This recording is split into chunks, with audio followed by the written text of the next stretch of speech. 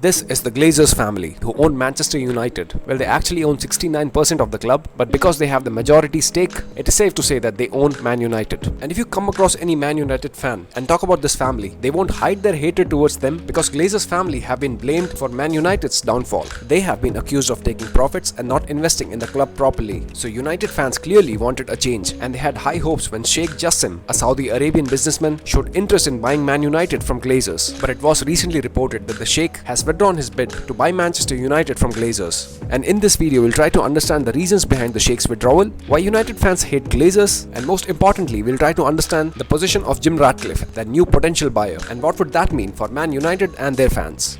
So first off, we'll talk about Sheikh Jassim.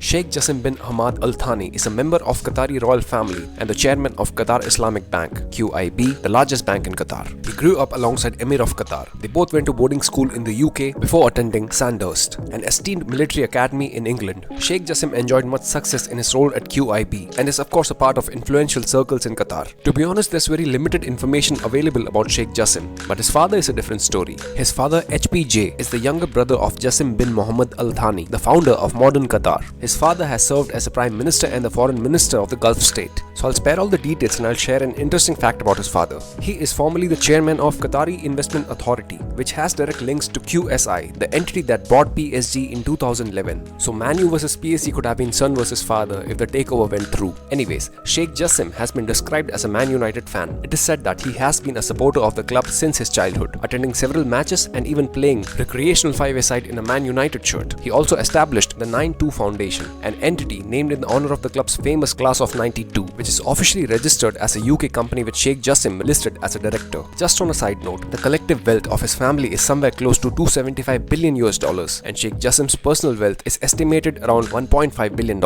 And he was absolutely interested in taking over the Manchester United club. So how much did he actually bid? So it was reported that the Sheikh launched a final bid on June 7th, and it's believed that it was issued to the Glazers as take it or leave it offer. The bid was of more than $7.5 billion, which is more than the double of the actual valuation of Man United. But Sheikh has always been clear that his offer is to buy 100% of the club, unlike Jim Ratcliffe of Ineos, who reportedly wants some part of the club. Sheikh Jassim wanted to clear the club's enormous debt, which passed $1 billion for the first time in September, while providing significant further cash to improve the men's and women's training facilities, invest in the local community, and develop or rebuild Old Trafford. He issued a statement when his takeover interest was first confirmed in February, which read, "The bid plans to return the club to its former glory, both on and off the pitch, and above all, will seek to place the fans at the heart of Manchester United Football Club once more." And all of this sounds very appealing, especially if you are a Man United fan. And now that he has withdrawn his bid, every fan would be feeling a huge loss. So why did he withdraw if he was that interested in Manchester United? Well, you can blame Glazers again. You see, Sheikh Jassim had no intention of buying minority stake in United and allow Glazers to remain majority stakeholders. That's why the bid from Sheikh was of more than double of what Man United is valued currently. The offer was to get 100% control of Manchester United with a fully cash bid which would have cleared the club's debt. But the $7.5 billion bid was not accepted by Glazers. Why, you ask? You see, the reports say that Glazers, specifically Joe and Avram Glazer, are reluctant sellers. First of all, they are not in the favor of losing Man United's ownership completely. And secondly, the Glazers believe that with the money poured in by Saudi Arabia in football and future introductions of new formats of Champions League and Club World Cup will bring in more money in football, potentially increasing valuation of Man United more than $10 billion. And Glazers don't want to lose on that money. That's sad and kind of like a helpless feeling for United fans. But let's try and understand, where does Sir Jim Ratcliffe and his Ineos group stand in all of this?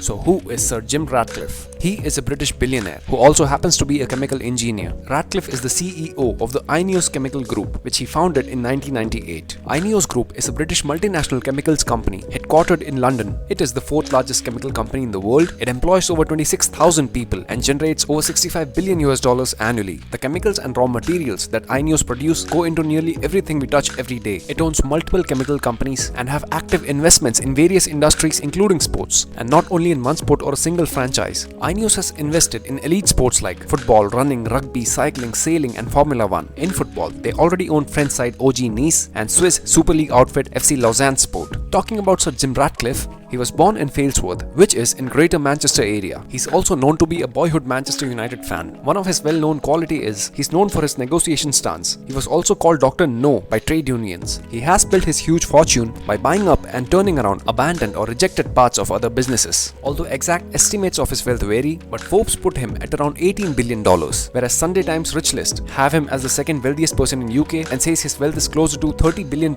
During last year, around the month of May, Sir Jim made an unsuccessful attempt to buy Chelsea. His bid was around £4.25 billion. He told BBC at that time that he was a United fan and the only reason he was not bidding for the Red Devils was because they were not for sale. And that obviously is no longer the case. So obviously Jim Ratcliffe was one of the contenders along with Sheikh Jassim to buy Manchester United, and now with the Sheikh's withdrawal, he's the only prominent candidate left. He initially intended to buy 69% of Man United so that he can have a majority of the club and could have major control over its operations. But for the reasons I've explained previously, that was not something that Glazers would agree on. So as things stands, Jim Ratcliffe has offered £1.3 billion to Glazers for 25% stake in Manchester United. It has been reported that the two parties agree on the valuation part, but a source close to Ratcliffe has reported that it's still might take weeks if not months before the deal is completed. However, he is in constant touch with Glazers. His intention is to take control over the footballing operations as quickly as possible. But just on a side note, Ratcliffe must also successfully pass the Premier League's fit and proper person test to gain formal control over the club, which is why the takeover might not go through till 2024. But what are Jim Ratcliffe's intention after having 25% of the club? Well, he clearly intends to have a control over the sporting side of things, specifically the recruitments, the manager and the sporting project of the club. It was reported that Ratcliffe was already planning for the next season and has been tipped to sign former Tottenham head of recruitment Paul Mitchell as director of football if things continue to go south under Erik ten Hag. Once we get closer to the takeover, we will get more clarity about his plans, and I'll make sure to provide you with all the updates. But how positive should a United fan be about this takeover? Let us try and understand that by analysing how Sir Jim Ratcliffe has done with his sports franchises. All the most relevant here would be talking about his French football club OGC Nice, but I also wanted to touch upon the other sports entities he owns, so you guys get the idea about his ownership style. First up, we have his sailing team. He teamed up with Olympic gold medalist Ben Ainslie in order to set up his team, which is known as Ineos Britannia Sailing Team. He spent £110 million for the setup. Their mission was to win America's Cup competition, but they fell short in 2021. But Ratcliffe is positive and has promised that they will be back to contest in the 2024 edition, and we don't really have a huge sample size to judge, so we'll have to wait and see what happens there. Now secondly, in 2019, Ratcliffe got interested in cycling and acquired Team Sky, then rebranded them as Team Ineos. Now he was quite committed to his cycling team because he signed powerhouses like Filippo Ganna, Richard Carapaz and Rohan Dennis to sit alongside Chris Froome, Geraint Thomas and company. And for the 2020 season, Ratcliffe employed 5 of the top 10 highest paid riders in cycling, and that actually paid off. He had a Tour de France and a couple of Giro d'Italia victories. So with cycling, we understand that Ratcliffe actually liked the game. His interest was visible. He made some heavy investments, which clearly paid dividends. Now regarding his F1 team, Ineos acquired 1/3 stake in Mercedes F1 team 3 years ago, and Mercedes have been winning Constructors' Championship for like past 7 years, and they also won it in 2020, but since then it's Max Verstappen and Red Bull who has been dominating the races for past 2 years. But people at Mercedes keep Ineos' investment and management on high regards. Ratcliffe and the Mercedes team principal Toto Wolff shared a dividend of £75 million this year. Toto Wolff on a recent interview also backed Jim Ratcliffe to turn United's fortune around. He said Jim and his partners are first of all very complementary. And while talking about Ineos, he said this is no bullshit organization. They are huge in terms of revenue and profit, and decisions are being made quickly. He also said wherever Jim Ratcliffe gets his power, his resources and his character behind it, that's going to be an add-on for any team. And now talking about his football teams. The first football club he acquired was FC Lausanne Sport of Switzerland in 2017, and I don't think this is one of his ventures which can be categorized as a relative success. They were relegated from the Swiss top flight in his first season at helm, then finished third in the second year, missed out on promotion, before finally returning to Super League as champions in 2019-20, and surprisingly they finished 6th place in their first season back. But in their second season in the top flight, they finished rock bottom with just 4 wins in 36 games, sending them back to the second tier. The cash he has been spending with Lausanne Sport, I would say it's not very impressive and hopeful. He just spent 2.25 million on players in 21-22 season. Also in less than 5 years, Ratcliffe is already on to his 4th head coach at Lausanne, which actually indicates that he does not accept failure gladly. Now let's talk about the second football club he owned. Ratcliffe bought OGC Nice in 2019 for £85 million, and in the 1920 campaign, they would go on to finish 6th with Patrick Vieira as head coach. Now United fans will be intrigued to know that Ratcliffe is not afraid of making tough calls. He sacked Vieira in 2020 after a downturn in their form, and in the next year, Ratcliffe moved heaven and earth to capture Christophe Galtier as head coach, who had just guided Lille to the Ligue 1 title. and Galtier did a decent job in his year in charge. He guided Nice to a 5th place finish and the Coupe de France final, but because he was then captured by PSG, OGC Nice underperformed next year and finished 9th in the league. So after Ratcliffe and Ineos took in charge, I won't say Nice have overperformed, neither did they underperform, but it is evident that Ratcliffe is not afraid of spending big, and they have spent more than 200 millions in 3 years of their ownership. Though they have not challenged PSG or finished in top 3, but they have maintained some sort of consistency, and people around Nice believe that the results will improve. So that's a positive, I guess. But in the end, the question still remains, what should a United fan expect from Sir Jim Ratcliffe and his Ineos group? So these are my takeaways, and I'll do this sort of comparing him with Glazers so we get an idea what we can expect. First and the most important thing is, he is a United fan,